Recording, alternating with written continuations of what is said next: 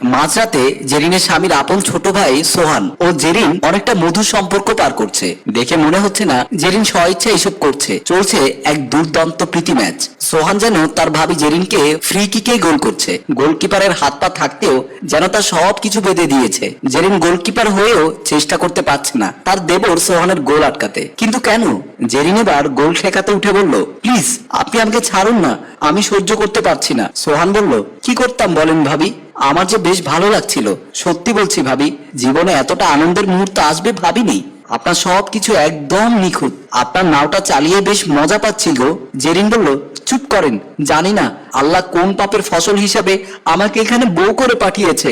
তারপর রুমে ঢুকে জেরিনের স্বামী সোহাগ, তাকে দেখে জেরিন কেঁদে কেঁদে রুম থেকে বের হয়ে গেল। সোহান আর সোহাগ হাসতে লাগলো। জেরিন তার সাজানো বাসর ঘরে ফিরে আসে আর খাটে বসে ভাবতে লাগলো তার জীবনের অতীত। একদিন জেরিন সোহাগের অফিসে ইন্টারভিউ দিতে যায়। সেখানে অফিসের চেয়ারে বসা সোহাগের ছোট ভাই সোহান।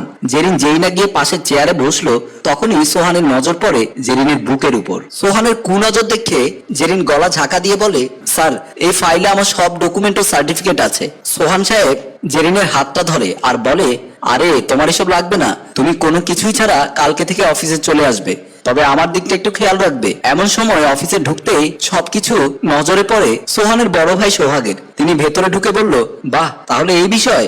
আমি কষ্ট করে যাচ্ছি দিনের পর দিন, আর তুই আমার চেয়ারে বসে একটা ভোলা ভালা মেয়েকে এভাবে ডিস্টার্ব করছিস। যা, এক্ষুনি বের হয়ে যা আমার অফিস থেকে, আর কখনো যেন এখানে না দেখি। তারপর সোহান অপমানিত হয়ে অফিস থেকে বের হয়ে যায়। সোহাগ চেয়ারে জেরিনকে বসতে বলে, নিজেও বসে। তারপর বলল, আসলে সরি, আমার ভাইয়ের হয়ে আমি ক্ষমা চাচ্ছি। জেরিন হেসে বলল, আরে না, ক্ষমা চাওয়ার কি আছে, আপনি তার শাস্তি তাকেই দিয়েছেন। সোহাগ বলল, আচ্ছা ঠিক আছে, তাহলে আপনি কাল থেকে জয়েন করেন। জেরিন ধন্যবাদ দিয়ে চলে আসে। আসলে সেদিনই দুজন দুজনকে লাইক করে মনে মনে। কিছুদিন পর সোহাগকে হঠাৎ দেখা যায় জেরিনদের বাড়িতে। কলিং বেলের শব্দ পেলে দরজা খুলে দেয় জেরিন। জেরিন সোহাগকে দেখা মাত্রই কি করবে না কি করবে একদম খুশিতে আত্মহারা।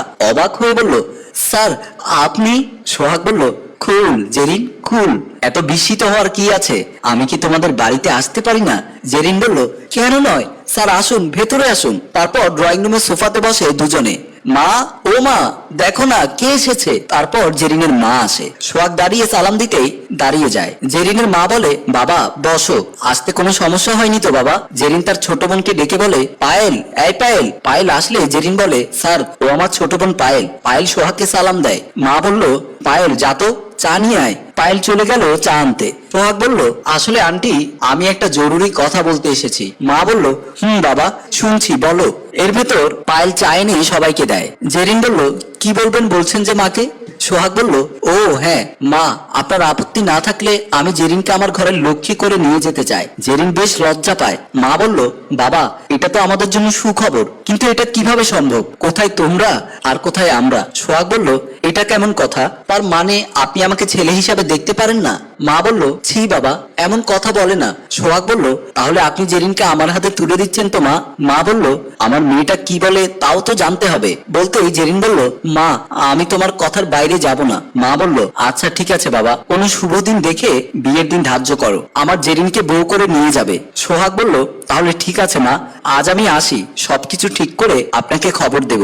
এই বলে সোহাগ চলে যায় আর জেরিন তার মাকে জড়িয়ে ধরে। কয়েক মাস পর সোহাগ জেরিনকে বিয়ে করে আর আজ তাদের বাসর রাত। বাসর ঘরে ঘোমটা দিয়ে বসে ভাবলো, আমাদের মধ্যে চেনা জানা শুরু হলো বেশ দিন হচ্ছে না। সেই থেকে কিছুদিন পর বুঝতে পারলাম ওনাকে আমি ভালোবাসি। ভেবেছিলাম বিয়ের পর প্রথম রাতে ওনাকে নিজের মনের কথাটা বলবো, কিন্তু তিনি কই গেলেন আমাকে একা রেখে।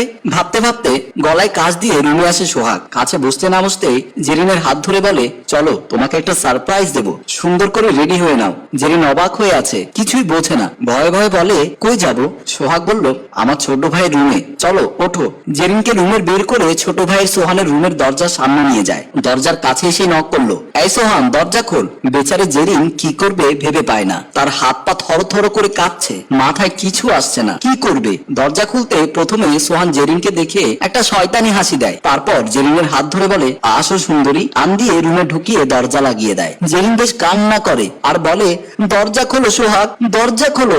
এদিকে বাহির থেকে জেরিনের স্বামী সোহাগ বলল, মুখ বেঁধে রাখ। জেরিন বলল, এসব করে লাভ কি?